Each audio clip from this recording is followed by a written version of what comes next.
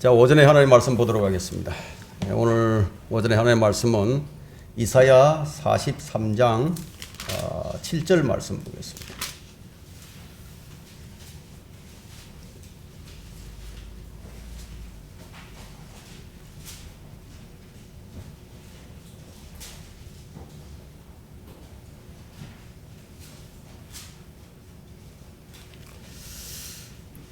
이사야 43장 7절 한 절만 제가 읽도록 하겠습니다.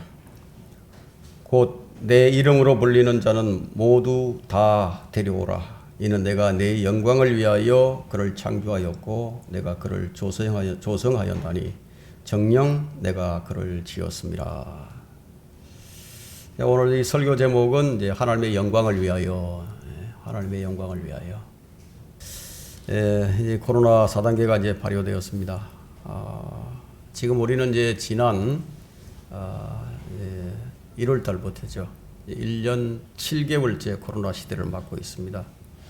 자, 이 코로나로 인해서 이제 우리 사회는 통제 사회로 변해가고 있습니다. 영국이나 미국 이런 국가보다는 우리나라가 통제가 더 잘 되는 사회입니다. 우리는 지금 이 통제 사회로 가는 길목에 서 있는데 이것은 무엇을 의미하고 있느냐 하면요. 전 세계가 적그리스도의 통제 사회를 위한 대로를 닦고 있다고도 볼 수 있습니다. 이제 성경을 알면 이제 이런 게 보이죠. 적그리스도의 통치를 위해 가장 필요한 것이 무엇이겠어요? 사람의 인식 변화예요. 사람의 인식이 변화해야 된다 이거예요. 지금 교회는 이미 잠식을 당했어요. 사람들의 인식에는요. 교회는 악의 축이 되어갑니다. 아세요? 악의 축이 되어간다 이게. 사람들이 인식에는 이제 교회라고 그러면 이제 진절머리를 친다 이게. 그런 사람들이 늘어나는 추세입니다. 사람들의 인식의 대의를 위해서라면 악의 축은 제거하더라도 죄가 아니다. 이런 인식이 필요한 거예요. 그것이 비록 자기 가족일지라도. 그래서 주님께서 너희 가족 중에 원수가 있을 것이라고 얘기했죠. 대환란이 오게 되면 원수가 자기 가족 중에 있을 겁니다. 아비가 자식을 고발하고 자식이 아비를 죽음에 넘겨주는 그런 일들이 일어난다는 거예요. 이것이 주님께서 예언하신 거예요. 불법이 성행함으로 많은 사람들의 사랑이 식어가게 되고 많은 사람들이 실족하게 될 것이라고. 기근과 역병이 성행할 것이라고. 그리고 서로 잡아서 넘겨주고 미워하게 될 것이라고 마태복음 24장에 예언하셨죠. 지금 그 시대를 향해서 지금 가고 있습니다.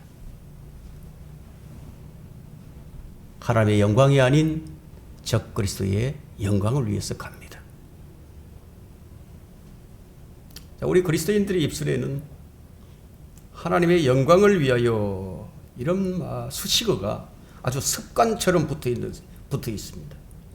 그런데 그 말을 하고 있는 자신의 말의 진위를 들여다본다면 입에 발린 말이라는 것에 또한 놀라지 않을 수가 없을 것입니다. 그만큼 성도들이 하나님의 영광과는 동떨어진 삶을 살고 있다는 얘기죠. 우리는 지금 이 경배의 자리에 앉아 있지만 정말 주님께서 기뻐하시는 경배라고 자신 있게 말할 수 있는 것인가 하는 거예요.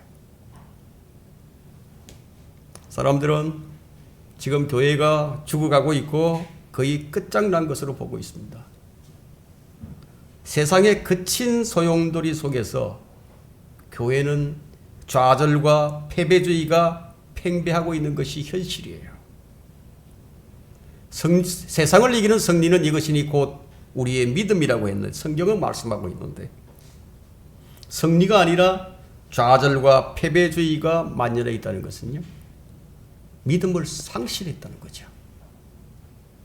철저한 회개와 자기 부인이 선행되어져야 할 이때 우리가 어떻게 하나님의 영광을 말할 수 있을 것인가 하는 거예요. 인간은 먼저 하나님의 영광을 위하여 자신의 존재 이유를 알 필요가 있습니다. 사람들이 흔히 하는 말이요. 삶의 허물을 느낀다고 하죠. 삶의 허물을 느낀다. 그 이유는 자신의 존재의 이유와 목적을 제대로 알지 못하는 데서 나오게 됩니다. 존재의 이유와 목적을 알고 사는 사람은 유일하게 그리스도인 뿐이에요. 그리스도인의 삶은 허무가 없어요. 허물을 모릅니다.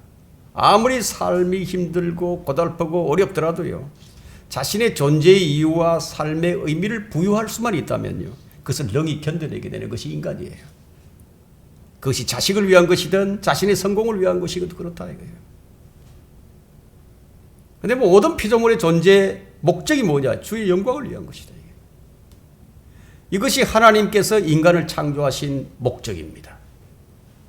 이는 내가 내 영광을 위하여 그를 창조하였고. 자, 오늘 이 본문은 하나님의 창조와 그 목적이 너무나 분명하게 나타난 구절입니다. 우리는 하나님의 영광을 위해서 지음을 받았습니다. 지음받은 자가 자신의 존재의 이유를 알지 못하고 그것을 찾아 헤매거나 스스로 생의 의미를 부여하고 삶의 목적을 찾아 나서는 것이 아니라는 거예요.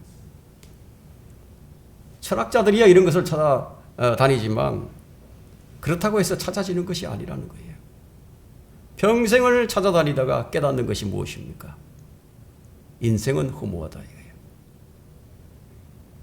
이건 뭐 찾아다니지 않아도 다 어느 정도 살게 되면 다 아는 일인데, 쓸데없는 일생을 낭비한 후에 하는 말이 인생은 허무하다.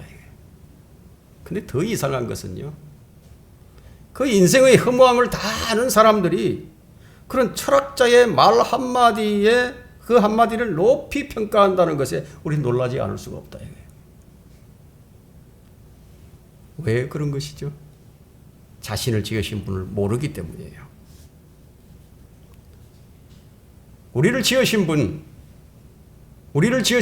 우리를 왜 지으셨는지, 무엇을 위해서 지으셨는지 말씀해 주시는 것을 내가 들을 때, 그때라야 인간은 자신의 존재의 의미와 목적을 제대로 알게 됩니다. 무엇을 위해 존재하는가요? 무엇을 위해서 살아야 하는가요? 무엇을 위해서 일을 해야 하는가요? 아주 다양하죠.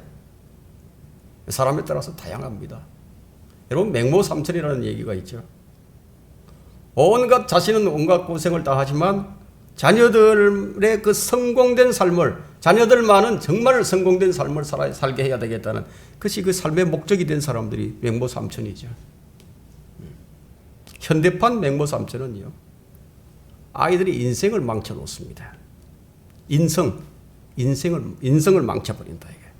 말을 배우면서 시작된 교육은 아이들을 기계화시켜서 자기밖에 모르는 그런 아이로 만든다. 이게. 사람들은 돈을 벌기 위해서 살아요.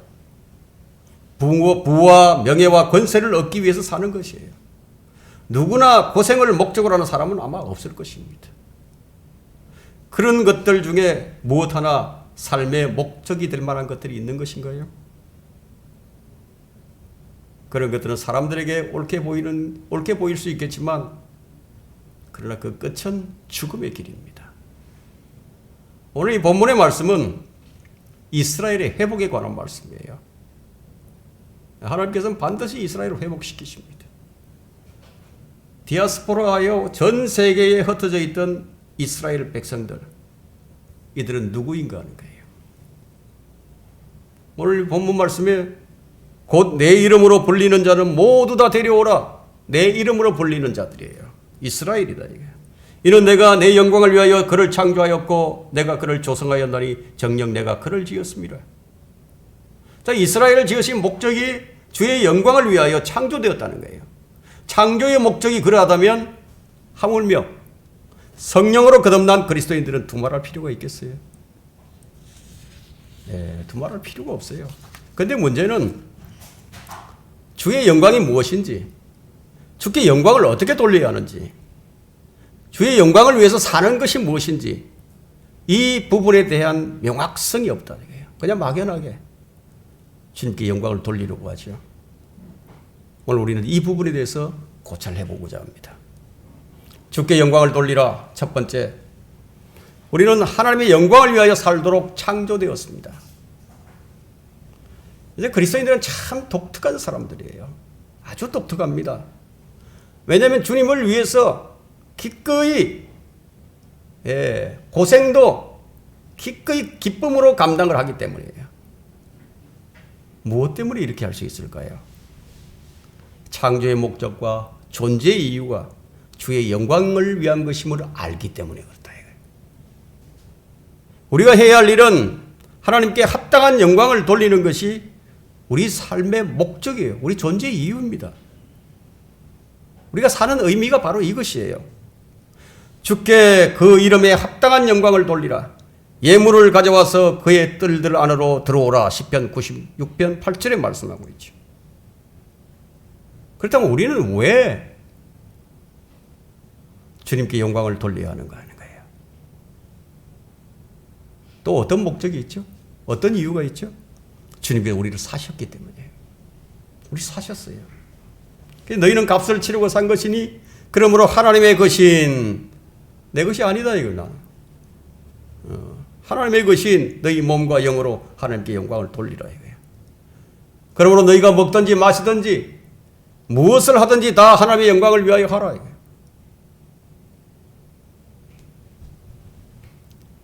그럼에도 불구하고 이 세상에요, 존재하는 피조물들 가운데 딱 두 존재만이 하나님의 영광을 드러내지 않고 있는데 그중 하나가 인간이에요. 또 다른 하나가 마귀예요. 마귀. 타락한 피조물들은 하나님께 영광을 돌리질 않아요. 타락이란 뭐냐면 하나님께 영광을 돌리지 않는 것이 타락이에요. 마땅히 돌려야 할 영광을 돌리지 않는다 이거예요. 하나님께서 예수 그리스도를 통해서 우리를 구원하신 목적이 무엇인가요? 우리를 지으신 목적과 동일하게 하나님의 영광을 위했습니다. 우리를 구원하시고 우리를 도우시는 것도 다 모두 하나님의 영광을 위한 것이에요.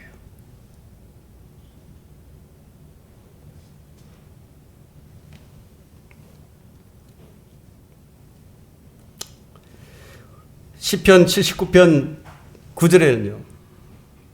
오 우리 구원의 하나님이여 주의 이름의 영광을 위하여 우리를 도우시고 우리를 구하사 주의 이름을 위하여 우리의 죄들을 제거하소서. 창조의 목적과 지금 구원의 목적이 주의 영광을 위한 것인데 그런데 어떻습니까? 그 목적대로 살지 않는 사람들이 훨씬 더 많이 있죠. 인간은 자신의 존재의 의미를 발견하게 될 때 그때서야 비로소 하나님의 영광을 위해서 일을 하게 됩니다. 어떤 사람들은 자신의 성취에 만족을 하고요. 어떤 사람은 자신이 벌어놓은 돈에 만족을 하고요. 어떤 사람들은 잘 자라준 자녀들에게서 삶의 의미를 찾고 위로를 얻습니다.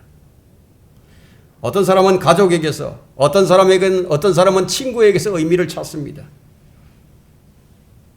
주님께서 우리를 구원하시고 우리에게 복 주신 것은 그렇게 하라고 하신 것이 아닌데 우리가 얻는 만족, 성취, 행복, 화목, 기쁨 자 이런 것들은 주님의 뜻대로 살게 될 때 우리에게 주어지는 부산물이에요. 그 자체가 목적이 아니라는 겁니다. 나타나는 현상과 결과는 얼마든지 사람에 따라서 다르게 보일 수가 있어요. 똑같은 것을 보더라도 사람에 따라서 다르게 보거든요. 근데 고난 없는 영광은 없어요. 창조의 목적대로 우리가 살게 될 때요. 우리는 환난과 핍박과 모욕과 수치를 당할 수도 있습니다. 창조의 목적대로 우리가 살게 될 때에 가족 간에 불화가 생길 수도 있습니다. 창조의 목적대로 살게 될 때에 친구들은 다 떠나가고 일은 잘 안 될 수도 있습니다. 그러나 우리는 그런 환경에서 그런 현상에 우리가 집착하는 것이 아니라 우리는 본질에 충실해야 합니다. 우리가 본질에 충실하는 길은요, 그분의 영광을 찬양하는 데 있습니다. 에베소서 1장 12절에 이런 말씀이 있죠. 이는 먼저 그리스도를 믿었던 우리로 그의 영광을 찬양케 하려 하심이라.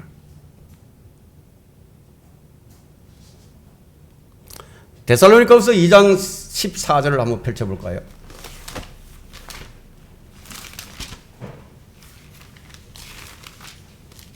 데살로니가후서 2장 14절에요. 이를 위하여 하나님께서 우리가 전한 복음으로 너희를 부르시어 우리 주 예수 그리스도의 영광을 얻게 하셨느니라. 우리가 그리스도의 영광을 얻게 하셨다 이거예요. 이 말씀에 따르면 우리는 그리스도의 영광의 동참자가 되었습니다. 1장 데살로니가서 1장 12절을 보십시오. 1장 12절이에요.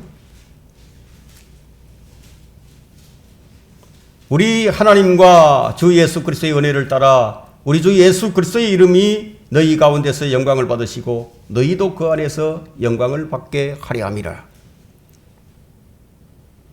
주께 영광을 위하여. 그렇다면 하나님의 영광이란 무엇입니까? 자, 하나님의 영광이란 무엇인가 하는 거예요. 하나님의 영광이란 한마디로 표현한다면 하나님의 어떠하심이에요. 하나님의 어떠하심이에요.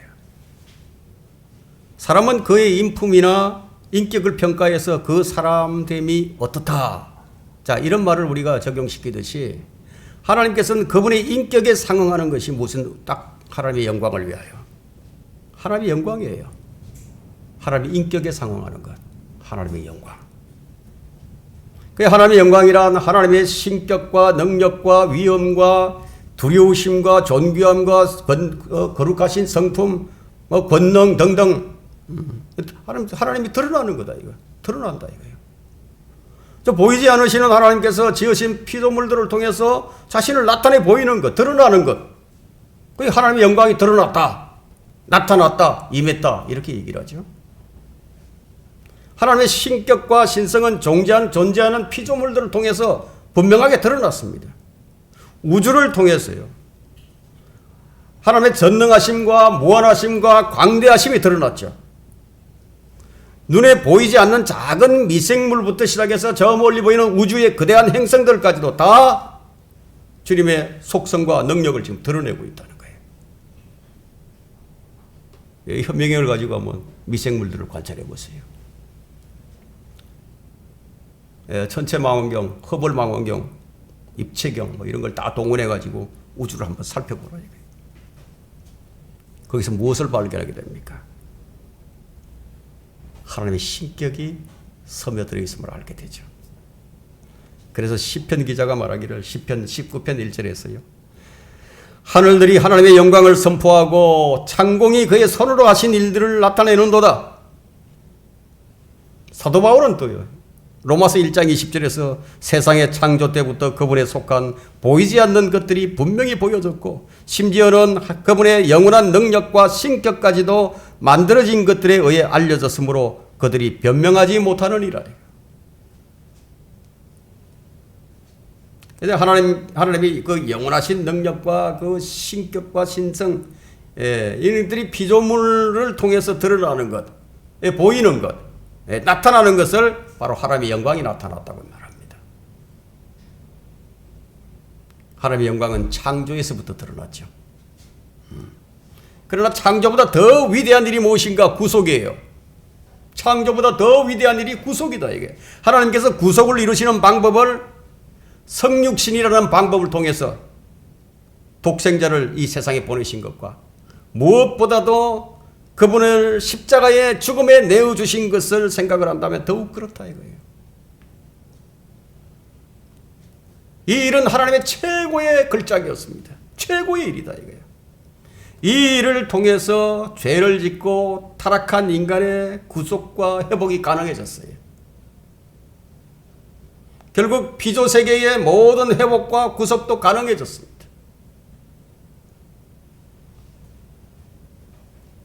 그 우리 원수 마귀는 어떻게 해서든지 이 일을 방해하려고 하고요. 인간을 통해서 그분의 영광을 가리고 그분의 이름에 먹칠을 해서 그분께 수치를 안겨드리려고 합니다. 이 일을 위해서 특별히 공격하는 대상이 누구냐 이거예요. 바로 구원의 상속자들이에요. 바로 그리스도인이다 이거예요. 구원의 상속자들이 된 그리스도인들을 통해 하나님의 이름을 욕보이는 일보다 더 재미난 일은 그에게 없기 때문이다.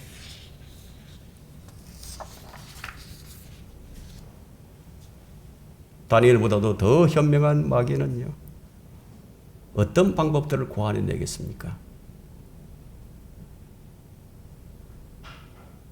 이 목적의 가장 좋은 방법이 그리스도인들을 파괴하는 일이죠.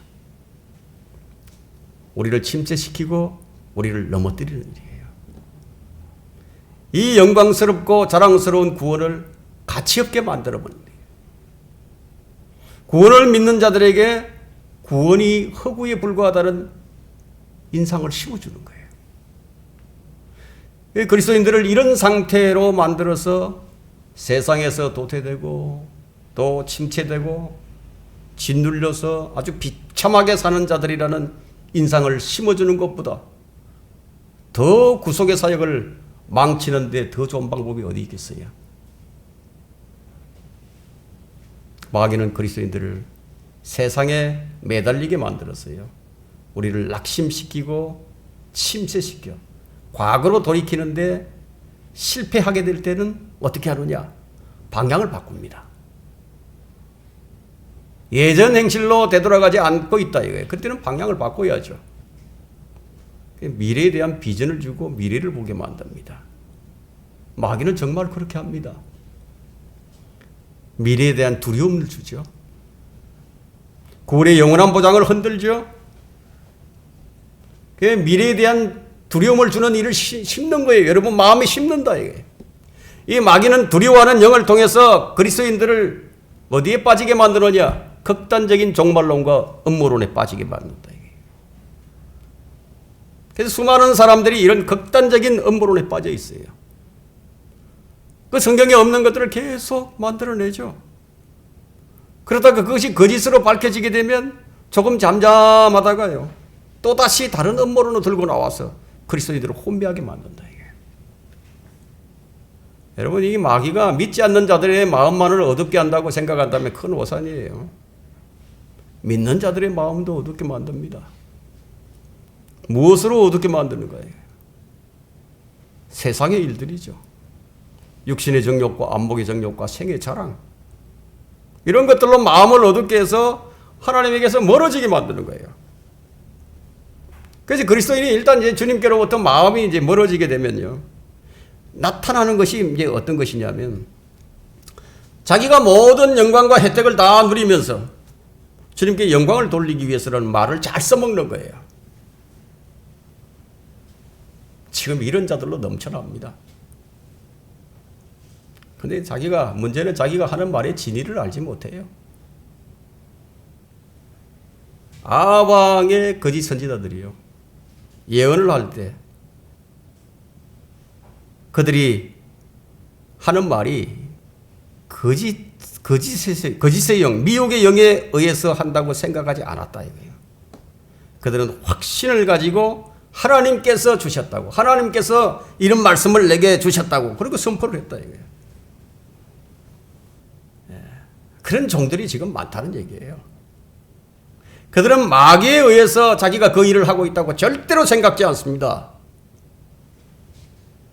하나님께서 주셨다고 생각을 한다 이거예요. 그때 참 선지자와 거짓 선지자의 비율이 얼마였는지 아십니까? 1대 400이었습니다. 지금은 어쩌면 그보다도 훨씬 더 높은 비율을 가지고 있을지도 모릅니다. 우리는 그분의 영광을 위하여 창조된 존재들입니다.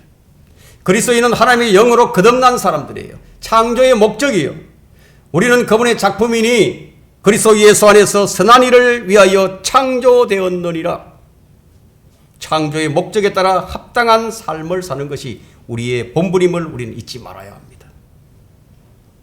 하나님의 영광이 가장 잘 드러나는 것은 무엇인가? 두 번째, 그분의 영광을 우리 구주 예수 그리스도를 통해서 가장 밝히 드러내셨습니다. 마땅히 하나님의 영광을 위해 살아야 할 인간이에요. 하나님의 영광을 위하여 살지 않게 되자 그분께서 친히 자신의 영광을 위해서 직접 나셔서 일을 하기 시작하셨습니다. 그 일이 우리 구주 예수 그리스도를 보내신 일입니다. 주님 안에는 하나님의 신격의 모든 충만함이 거하고 있었습니다. 그분 안에는 신격의 모든 충만함이 몸의 형태로 거하시나니 골로새서 2장 9절에 말씀하셨죠. 이제 우리가 그분의 영광을 보게 되었습니다. 그 말씀이 육신되어 우리 가운데 거하심으로 우리가 그의 영광을 보니 아버지의 독생자의 영광으로 은혜와 진리가 충만하더라. 요한복음 1장 14절의 말씀이죠. 자, 이 말씀들을 한마디로 다 요약을 해보면요. 예수 그리스도 그 자체가 하나님의 영광이에요. 그가 행하시는 말과 행동은 모두가 다 하나님의 영광을 드러내는 것이었습니다. 그분의 영광이 지금 우리 안에 거하신다는 사실을 아십니까? 그분의 영광이. 이것이 신약시대의 특권이에요. 주님은 하나님이 누구신지, 하나님이 어떤 분이신지, 그의 능력과 지혜와 성품 등을 우리와 동일한 육신을 입은 채로 다 보여주셨어요. 몸소 다 보여주셨다. 이게. 그렇다면 하나님의 영광을 위해서 산다는 것이 무엇을 의미하는지 그렇게 알기가 어렵지 않아요. 하나님의 영광을 위해서 산다는 것은 바로 하나님의 영광을 나타내는 거예요. 그래서 주님께서는 나를 본 자는 아버지를 본 것이라고, 나를 믿는 자는 아버지를 믿는 것이라고 하셨어요. 우리 주님은 하나님의 영광 그 자체이셨습니다. 히브리서 1장 3절이 이것을 입증하죠. 그는 하나님의 영광의 광채시며 그분의 인격의 정확한 형상이시고 그 능력의 말씀으로 만물을 붙들고 계시고 친히 우리의 죄들을 정결케 하시고 높은 곳에 계신 위엄 있는 분의 오른편에 앉으셨으니 우리는 하나님의 영광의 영이 우리 안에 임하기 전에는요, 결코 우리는 하나님께 영광을 돌릴 수가 없습니다. 아무리 돌리고 싶어도 안 돌려지는 거예요. 우리가 예수 그리스도를 믿을 때 성령께서 우리 안에 들어오셔서 우리 안에서 일을 하시고 또 활동하심으로써 비로소 하나님의 영광이 나를 통해서 드러나게 되는 거예요. 주님께서 몸소 하나님의 영광을 드러내셨듯이 지금은 우리에게 자신을 나타내시리라고 말씀하셨다. 그분이 어떤 사람들에게 자신을 나타내 주겠습니까? 어떤 사람들에게? 바로 주님을 사랑하는 사람들에게 그분 자신을 나타내 보입니다. 그럼 어떤 사람들이 주님을 사랑하는 사람들이죠? 요한복음 14장 21절을 펼쳐보십시오.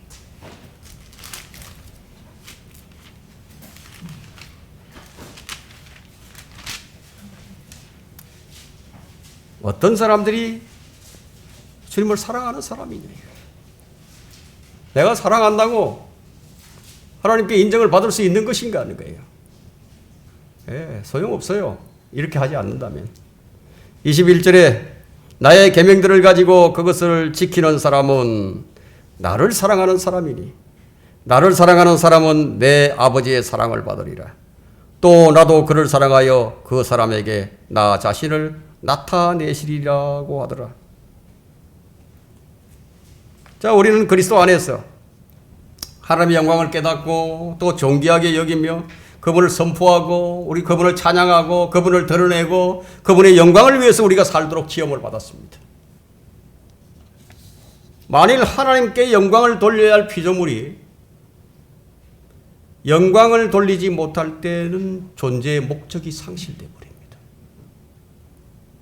모든 죄의 뿌리는요, 하나님께 영광을 돌리는 대신에 다른 것에 영광을 돌리는 거예요.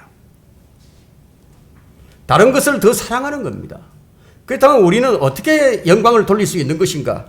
자, 이것은 우리의 주어진 명제입니다. 근데 하지만 이 부분에 대해서 우리에게는 개념적인 이해가 부족한 것이 사실입니다.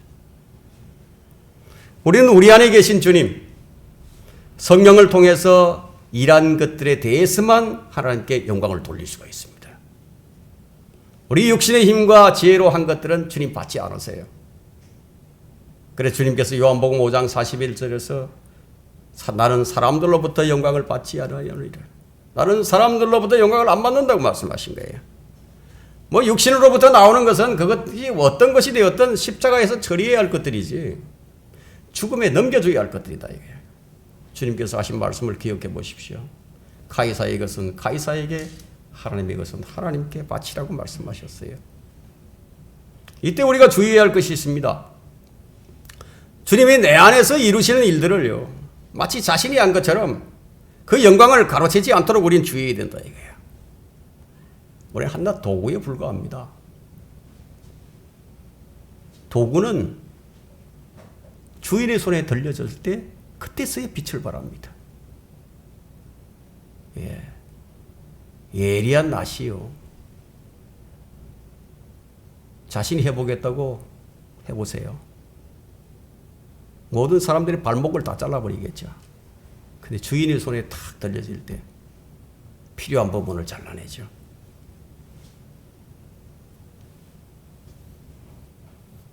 주인의 손에 들려질 때 우리는 빛을 발하게 됩니다. 주님이 나를 통해서 자신을 나타내는 것, 하나님이 하셨음을 선포하는 것이 하나님께 영광을 돌리는 것이에요. 이런 개념적인 이해가 부족해서 소위 연예인 크리스천이라는 사람들, 이 사람들은 사람들을 기쁘게 해주고 그 인기를 먹고 사는 사람들이요. 무슨 뭐 대상을 받는다거나 그랬을 때 그 영광을 가지고 하나님께 돌리려고 합니다. 받아주시겠어요? 우리 주님께서 어떻게 하나님께 영광을 돌렸는지를 생각해 보세요. 내가 땅에서 아버지를 영화롭게 하였으며 아버지께서 내게 하라고 주신 그 일을 내가 완성하였나이다. 요한복음 17장 4절에서 말씀하셨죠. 바로 이것이에요. 이것을 위해 우리는 먹든지 마시든지 무엇을 하든지 이것에 다 초점을 맞춰줘야 한다는 거예요.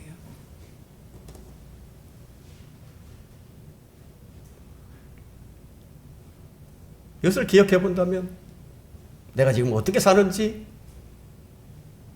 여러분 자신을 판단할 수 있을 겁니다. 하나님께서는 아들을 통하여 영광을 받으시고 하나님께서도 아들을 영화롭게 해주셨어요. 자, 누구라도 헌신과 섬김을 통해서 주님께 영광을 돌린다고 말하는 사람은 그가 무엇을 한다 할지라도 자신의 유익이 아니라요, 오직 주님만을 위해서 하는 것이 주님을 영화롭게 해드리는 일입니다. 우리는 주의 영광을 위해서 일하는 사람들이 자신의 이름을 알리고요, 자신을 자랑거리로 삼으면서 심지어 누군가로부터 재정적인 도움을 기대하면서 주님께 영광을 돌린다고 말하는 사람들을 수없이 목도하고 있습니다. 여러분, 하나님을 속일 수 있겠어요? 그런다고? 손바닥으로 하늘을 가릴 수 있겠습니까? 목사가 교회를 하면서 생계수단을 삼는다 이거야. 혹은 뭐 자기 교단의 교세를 확장하기 위해서 한다 이거야. 자기 수고와 명성을 인정받으려는 다른 속셈을 가지고 그 일을 했다 이거예요. 그런 일들이 하나님께 받아들여지겠어요? 이런 일들은 하나님께서 가정히 여기시는 일들입니다. 다윗은 구원의 주님을 어떻게 섬기겠다고 했는지 아십니까? 여러분, 시편 86편을 한번 펼쳐보십시오.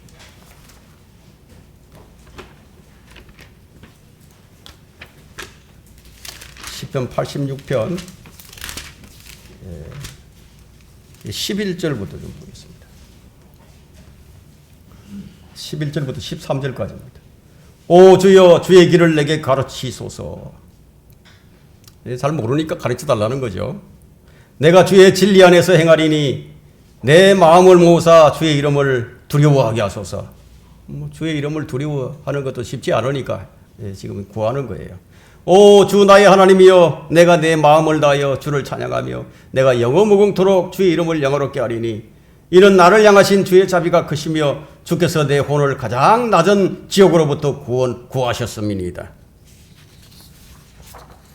하나님의 일은요, 이 목숨을 다하지 않는다면 그 일을 이룰 수가 없어요. 주님은 우리의 구원을 위해서 자신의 생명을 주셨어요.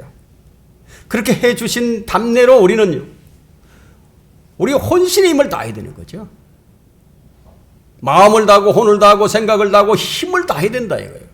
그러니까 하나님을 영화롭게 하려고 있는지 내가 그렇게 하고 있는지 한번 보라는 거예요. 하나님의 영광을 위하는 일이 바로 이런 것입니다. 그리스도인은 두 가지 소망을 가지고 이 악한 현 세상을 살아가고 있습니다. 하나는 부활의 소망이고요. 또 다른 하나는 예수 그리스도와 다시 만나는 영광의 소망입니다.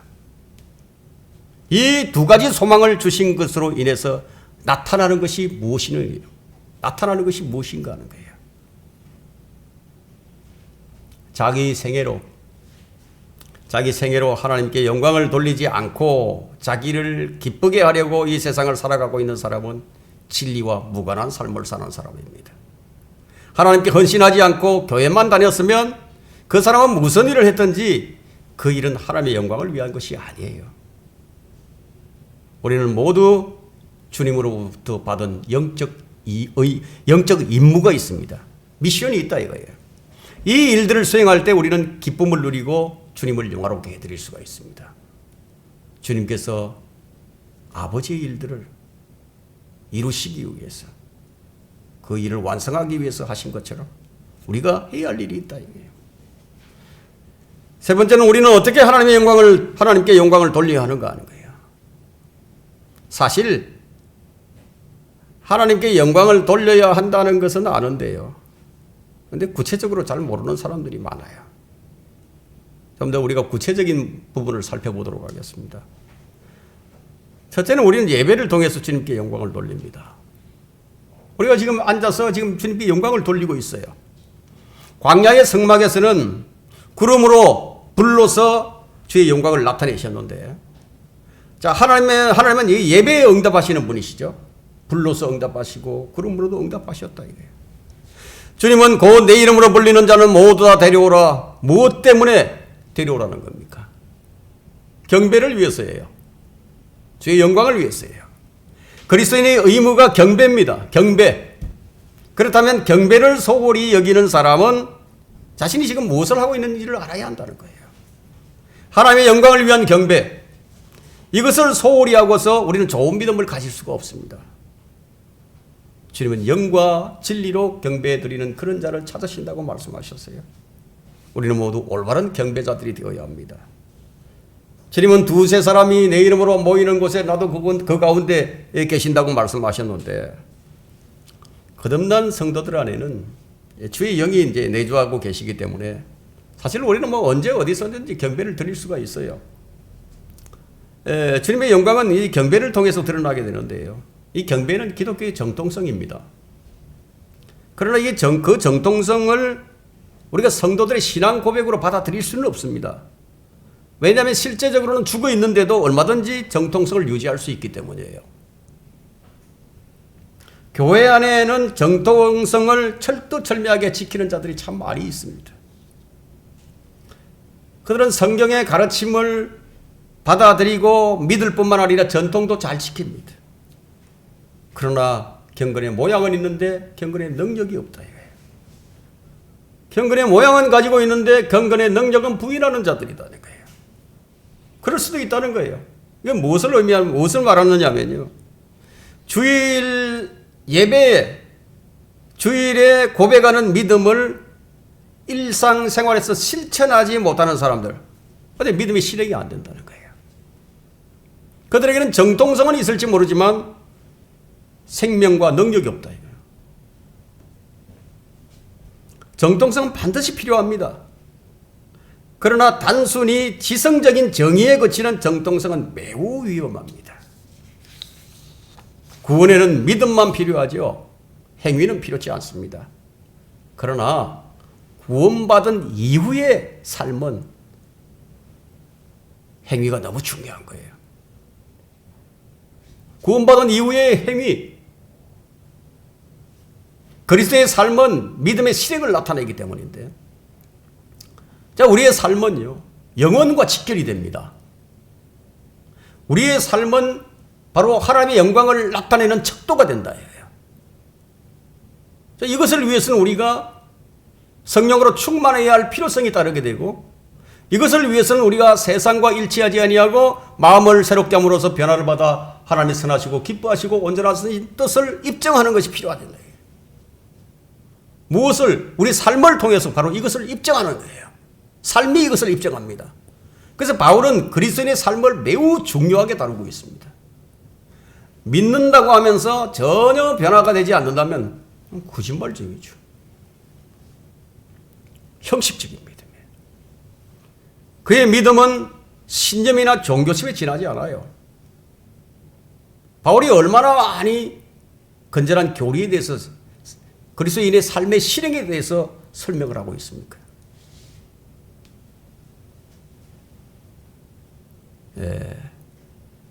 행위가 없이 영광이 드러나지 않는 그의 삶은요, 그의 믿음은 뭐 신념이나 종교심이 지나지 않는 겁니다. 예수 그리스도를 믿는다는 말은요, 말 그대로 예수 그리스도를 통해서 변화를 받아서 날마다 새롭게 되는 사람, 날마다 변화를 겪어가는 사람이에요. 이것을 위해 주님은 우리에게 하나님의 영광을 아는 빛을 우리에게 주신 것이에요. 그래서 고린도후서 4장 6절에는 이는 어둠 속에서 빛이 빛이라고 명령하신 하나님께서 예수 그리스도의 얼굴에 있는 하나님의 영광을 아는 빛을 주시기 위하여 우리 마음에 비추셨기 때문이라. 자, 우리는 이로 인해서 우리가 감사함으로써 영광을 돌릴 수 있게 된 것입니다. 그리고 고린도후서 4장 15절에는 모든 것이 너희를 위함은 모든 사람의 감사를 통해 풍성한 은혜가 하나님의 영광이 넘치게 하려는 것이라. 자, 이 말씀을 보면요, 풍성한 은혜는 하나님의 영광을 위해 있는 것이 분명하죠. 그런데 그 풍성한 은혜에 대한 감사를 드리는 사람이 그리 흔치가 않습니다. 여러분, 주님께 나와서 감사한 사람이 10명 중에 몇 명인지 아십니까? 1명이었어요. 10명 중에 1명만 감사했다 이거예요. 누가복음 17장을 한번 펼쳐보십시오. 누가복음 17장 15절부터 봅니다. 그런데 17장 15절이요. 그런데 그들 중 한 명이 자기가 낳은 것을 보고 돌아와서 큰 음성으로 하나님께 영광을 돌리며 주의 발 앞에 엎드려 얼굴을 대고 감사를 드렸는데 그 사람은 사마리아인이더라. 예수께서 대답하여 말씀하시기를 10명이 깨끗하게 되지 아니하였느냐? 그런데 9명은 어디 있느냐? 9명은 어디 있느냐? 이 이방인 외에는 하나님께 영광을 돌리려고 돌아온 사람이 아무도 없단 말이냐? 물론 9명은 어떻게 했는지 우리가 잘 모르죠. 9명의 사람은 마음으로 감사를 드리는지 모르지만요. 어찌되었든 10명 중에 1명만이 지금 감사를 표현했어요. 이 감사는 표현이 되어야 되죠. 표현. 그래서 우리가 예배 때마다 관대한 헌금을 드리는 것은요, 감사를 통한 하나님께 영광을 돌리기 위한 것이에요. 입술로나 마음으로만 드리는 감사는 진정한 감사가 아니에요. 우리 마음속으로부터의 감사가 밖으로 표출되는 것, 이것이 진정한 감사의 표현입니다.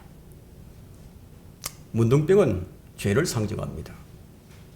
자, 이 말씀을 우리에게 영적으로 적용을 해본다면 죄들 가운데서 건짐을 받은 구원받은 혼들이 감사를 하지 않는 것에 적용시킬 수가 있습니다. 물에 빠져서 죽어가는 사람을 건져 주었는데 근데 은혜를 모른다 이거예요. 이 고마움을 모르는 사람은 짐승보다 못한 사람이에요. 우리 주위에 짐승보다 못한 사람들이 얼마나 많이 있는지 아십니까? 네. 사람들이 흔히 하는 말이 있죠.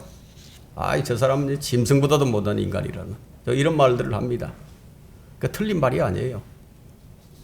자, 이제 우리의 실제적인 삶을 한번 들여다봅시다. 내게 감사가 있는 것인가 하는 거예요. 이 감사라는 것은 단순히 내가 받은 바 은혜를 감사하는 정도가 아니라 더 나아가서 주님께 영광을 돌리는 것이라는 사실을 우리가 잊지 않아야 합니다. 구원받은 사람들은 많지만 감사하는 사람들은 그리 많지 않습니다. 10분의 1이에요. 10분의 1. 아주 적은 소수의 사람이었습니다. 우리는 10분의 1에 속하는 사람이 되어야 한다는 겁니다. 두 번째는 직무를 수행함과 관대한 나눔으로 주님께 영광을 돌립니다. 그리스도의 사랑은요, 형제애로서 드러나게 됩니다. 형제애. 고린도후서 9장 13절에 이 직무의 증거를 통하여 그들은 너희가 고백한 그리스도의 복음의 순종함과 또 그들과 모든 사람에 대한 관대한 나눔으로 인하여 하나님께 영광을 돌리며, 복음 전파와 나눔이죠. 자, 이 직무를 수행하게 되면 사람들이 하나님께 영광을 돌리게 됩니다. 여러분 보세요. 개, 돼지처럼 살던 사람이요, 그리스도의 정인으로 한번 살아보세요. 놀라운 일이죠. 누가 하신 것인가요? 하나님께서 하셨어요. 한 사람을 세우기 위해서 얼마나 많은 사람들이 눈물과 기도로서 함께 했습니까? 한 사람의 회심자가 생기게 되면 하늘의 천사들도 기뻐합니다. 그래서 전도자의 일이란 참으로 위대한 일이죠. 교회를 박해하던 바울이 그리스도의 정인이 되었을 때 많은 사람들이 바울로 인해서 하나님께 영광을 돌리게 되었습니다. 그들이 내 안에 계신 하나님께 영광을 돌렸느니라, 갈라디아서 1장 24절에 말하고 있죠. 신실한 성도들이요, 바울의 복음의 사역을 위해서 관대한 연보를 아끼지 않았어요. 아끼지 않았어요. 자, 이런 일들로 주님께 영광을 돌리려면 우리가 무엇을 봐야 됩니까? 주님의 영광을 바라봐야 된다는 거예요. 근데 주의 영광을 바라보지도 않고 주님께 영광을 돌리려고 하다 보니까 헛발질만 하는 거죠. 성경은 너희가 그리스도와 함께 살아났다면, 너희가 그리스도와 함께 살아난 자가 분명하다면 어떻게 하라고 했습니까? 골로새서 3장 1절과 2절에 그러므로 너희가 그리스도와 함께 살아났으면 위에 있는 것들을 구하라. 거기에는 그리스도께서 하나님의 오른편에 앉아 계시느니라. 위에 있는 것들에 너희 마음을 두고 땅에 있는 것들에 마음을 두지 말라. 분명하죠.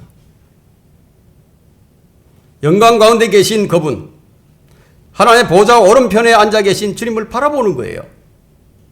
그 위에 있는 것에 마음을 두지 않게 되면은 저절로 땅에 있는 것에 마음을 둘 수밖에 없게 됩니다. 그 너희가 그리스도와 함께 살아났다면 이렇게 하라는 거예요. 여러분들이 이런 말씀을 들을 때 여러분 마음에 울림이 있습니까? 여러분들이 이런 문제를 놓고 하나님께 기도를 합니까? 기도를 드렸다면 또 그렇게 하고 있습니까? 뭐 이렇게 하고 있지 않다면은 여러분은 마음은 땅에 두고 있는 거죠. 그렇다면 여러분의 하나님은 누구인가 하는 거예요. 예. 뭐 사람들의 성향은 다양합니다. 예. 믿는다고 하는 사람들의 성향도 다양합니다. 원하는 바가 다 달라요. 어느 시대에나 신비로운 체험을 원하는 자들도 있었습니다. 그들은 어떤 종류의 체험이든 체험을 약속하는 집회가 있으면 막 달려가죠. 항상 하나님을 생각하는 것이 아니라 자기만을 생각을 하면서 체험을 하고 싶었어. 이 집회, 저 집회 막 달려간다 이거예요. 그래서 이 설교를 듣고 저 설교를 들으면서 무엇인가를 얻고 싶어서 자기 만족이죠. 자기를 위해서 안달을 하는 거죠. 체험의 목적이 되었던 그 목적이 모두 자신을 위한 것이다. 어느 시대에나 자신에게 목말라하는 사람들이 있다 이거예요. 땅에 있는 것들을 바라보는 것 역시 같은 맥락입니다. 모두 자신을 위한 것이에요. 주님은 사람으로부터 영광을 받지 않으십니다. 이런 사람들로부터 영광을 받을 수가 없는 것이죠. 땅에 있는 것들에 마음을 두는 자가 어떻게 하나님의 영광을 위해서 할 수 있겠습니까? 그래서 낙타가 바늘기로 들어가는 것보다 더 어려운 일입니다. 우리 신앙의 1차적인 목적이 무엇입니까? 하나님의 영광이에요. 그분의 이름, 그분의 명예를 더 높이는 데 있습니다. 그분의 뜻을 실행하는 것. 이것이 그분의 영광을 위한 것입니다. 말씀의 결론을 맺겠습니다. 자, 이 모든 것 위에 믿음이 더해져야 합니다. 자, 우리 흔들리는 믿음을 가지고 있으면 참 불안하죠. 이 연약한 믿음은 주님을 기쁘시게 드릴 수가 없어요. 주님께 영광을 돌리기 위해서는 강건한 믿음의 소유자가 되어야 합니다. 로마 교회 성도들은요, 그들은 믿음 없음으로 인하여 하나님의 약속을 의심하지 아니하였고 오히려 믿음에 견고하여져서 하나님께 영광을 돌리며, 이 믿음은 어떤 믿음이냐? 고난을 통해서 정금처럼 빚어진 믿음이에요. 그리스도인의 믿음이 단련되지 않아서 정금처럼 빛을 발하지 못하게 된다면 그거 어떻게 주의 영광을 나타내면서 주께 영광을 돌릴 수 있겠습니까? 믿음의 실현이라는 것은요, 그것은 그리스도인이 살아있다는 증거예요. 내가 지금 믿음의 실현을 겪고 있다. 내가 지금 살아있는 거예요. 고난이 영광의 유업과 관련이 있다는 것을 누가 모르겠습니까? 그런데 믿음이 단련되지 않고 어떻게 그 고난이 영광으로 이어지겠습니까? 베드로도 이와 관련해서 말하기를, 그러므로 만일 너희가 그리스도인으로서 고난을 당하면 부끄러워하지 말고 오히려 그 일로 인하여 하나님께 영광을 돌리라. 베드로전서 4장 16절에 말했습니다. 자, 우리 그리스도인들에게 주어진 한 가지 특권이 있는데요, 이게 주의 영광을 위해서 우리에게 주신 특권입니다. 우리가 주의 이름으로 구하면 주님께서 행하시고 주님께서 영광을 받으신다는 거예요. 이거 우리에게 주어진 특권이에요. 요한복음 14장 13절에 또 너희가 내 이름으로 무엇이든지 구하면 내가 그것을 행하리니, 누가 행하시죠? 주님이 행하신다는 거예요. 내가 그것을 행하리니 이는 아버지로 아들 안에서 영광을 받으시게 하는 것이라. 하나님께서 영광을 받으시기 위해서는 아들 안에서 이루어져야 되는데 그것을 누가 행하시느냐? 아들이 하신다는 거예요. 아들이.